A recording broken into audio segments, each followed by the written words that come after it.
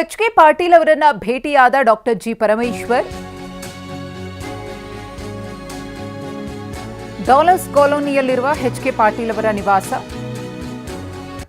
ಅವರನ್ನ ಭೇಟಿಯಾಗಿದ್ದಾರೆ. ಉಪಮುಖ್ಯಮಂತ್ರಿಗಳಾದ ಡಾಕ್ಟರ್ ಜಿ ಪರಮೇಶ್ವರ್ ಅವರು ಸಚಿವ ಸ್ಥಾನದ ಆಕಾಂಕ್ಷಿಯಾಗಿರುವಂತಹ ಎಚ್.ಕೆ. ಪಾಟೀಲ್ ಅವರ ಭೇಟಿ ತೀವ್ರ ಕುತೂಹಲವನ್ನು ಕೆರಳಿಸಿದೆ.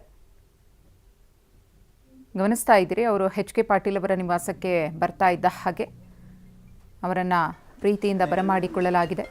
ಎಚ್.ಕೆ. ಪಾಟೀಲ್ ಅವರು ಕೂಡ ಹೂಗುಚ್ಛವನ್ನು ನೀಡಿ ಡಾಕ್ಟರ್ ಜಿ ಪರಮೇಶ್ವರ್ ಅವರನ್ನು ಬರಮಾಡಿಕೊಂಡರು. ಶಾಲನ್ನು ಹೊದಿಸಿ ಸನ್ಮಾನಿಸಲಾಯಿತು.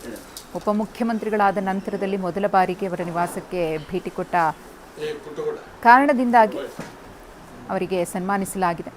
ಸ್ವಾಮಿ ವಿವೇಕಾನಂದ ಅವರ ಫೋಟೋವನ್ನು ನೀಡಲಾಗಿದೆ. ಸಚಿವ ಸ್ಥಾನದ ಆಕಾಂಕ್ಷಿಯಾಗಿದ್ದಾರೆ.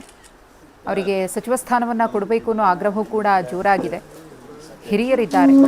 ಈ ಹಿಂದೆ ಬೇರೆ ಬೇರೆ ಖಾತೆಗಳನ್ನು ಕೂಡ ಅವರು ನಿಭಾಯಿಸಿದ್ದಾರೆ.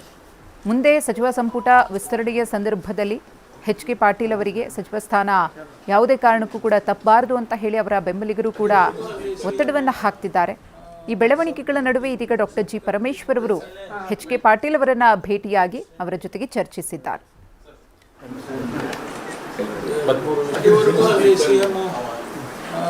सब